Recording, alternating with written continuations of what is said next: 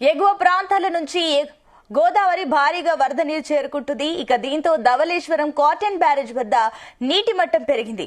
ప్రస్తుతం 1,60,000 క్యూసెక్ల గోదావరి వరద జలాలు సముద్రంలోకి విడుదల చేస్తున్నారు. అల్లూరు జిల్లా దేవీపట్నం వద్ద గోదావరి వరద పోటుతో పాటుగా గిరిజన గ్రామాలకు రాకపోకలు నిలిచిపోయాయి. ప్రసిద్ధ పుణ్యక్షేత్రం గండిపోచమ్మ ఆలయాన్ని క్రమంగా వరద నీరు ముంచెత్తుతోంది. అమ్మవారి గర్భగుడిలోకి గోదావరి వరద నీరు ప్రవేశించింది. దాంతో దర్శనాలను తాత్కాలికంగా నిలిపివేశారు. వరద పెరగడంతో పాపికొండలకు వెళ్లే టూరిస్ట్ బోట్లు తాత్కాలికంగా నిలుపుదల చేశారు.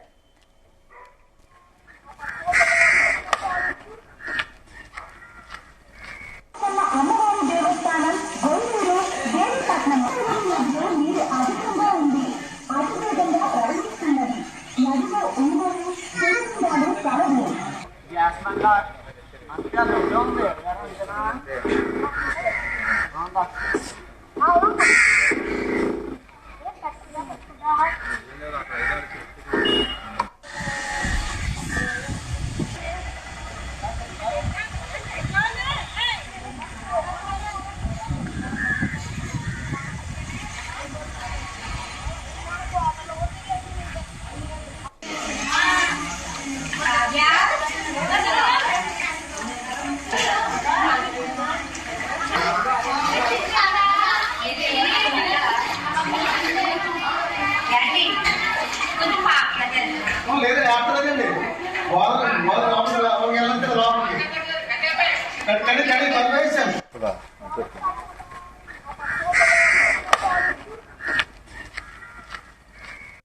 అమ్మవారి దేవస్థానం గొంతూరు దేవీపట్నం నీరు అధికంగా ఉంది.